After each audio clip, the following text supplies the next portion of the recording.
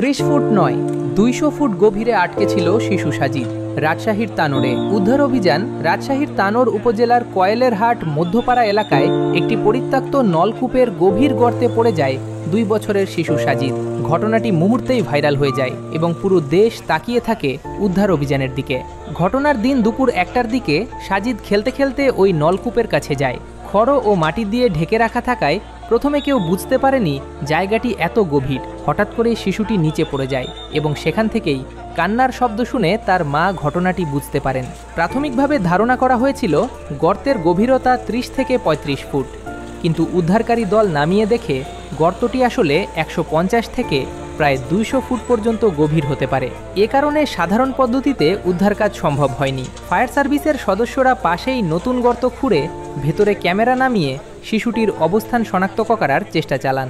তারা জানান, এমন গভীর গর্ত থেকে উদ্ধার করা বিশ্বের অনেক দেশের কাছেই চ্যালেঞ্জিং এবং এতে দীর্ঘ সময় লাগে। ঘন্টার পর ঘন্টা চেষ্টা, পরিশ্রম এবং প্রযুক্তিগত সহায়তার পর অবশেষে বৃহস্পতিবার রাত 9টার কিছু পরে সাজিদকে গর্ত থেকে উদ্ধার করা সম্ভব হয়। তাকে দ্রুত হাসপাতালে নেওয়া হয় এবং স্থানীয় লোকজন স্বস্তির নিঃশ্বাস ফেলেন। এই ঘটনা আমাদের মনে করিয়ে দেয়, পরিত্যক্ত নলকূপ, ট্যাঙ্ক বা গভীর গর্তগুলো শিশুদের জন্য অত্যন্ত ঝুঁকিপূর্ণ। তাই এসব জায়গা দ্রুত ভরাট করা বা নিরাপদভাবে ঢেকে রাখা জরুরি। ভিডিওটি ভালো লাগলে শুধুমাত্র একটা লাইক দিও, আর এমন আরও আপডেট নিউজ পেতে অবশ্যই চ্যানেলটা সাবস্ক্রাইব করে রাখো। নিউজটা শেয়ার করুন যাতে সবাই সচেতন হতে পারে।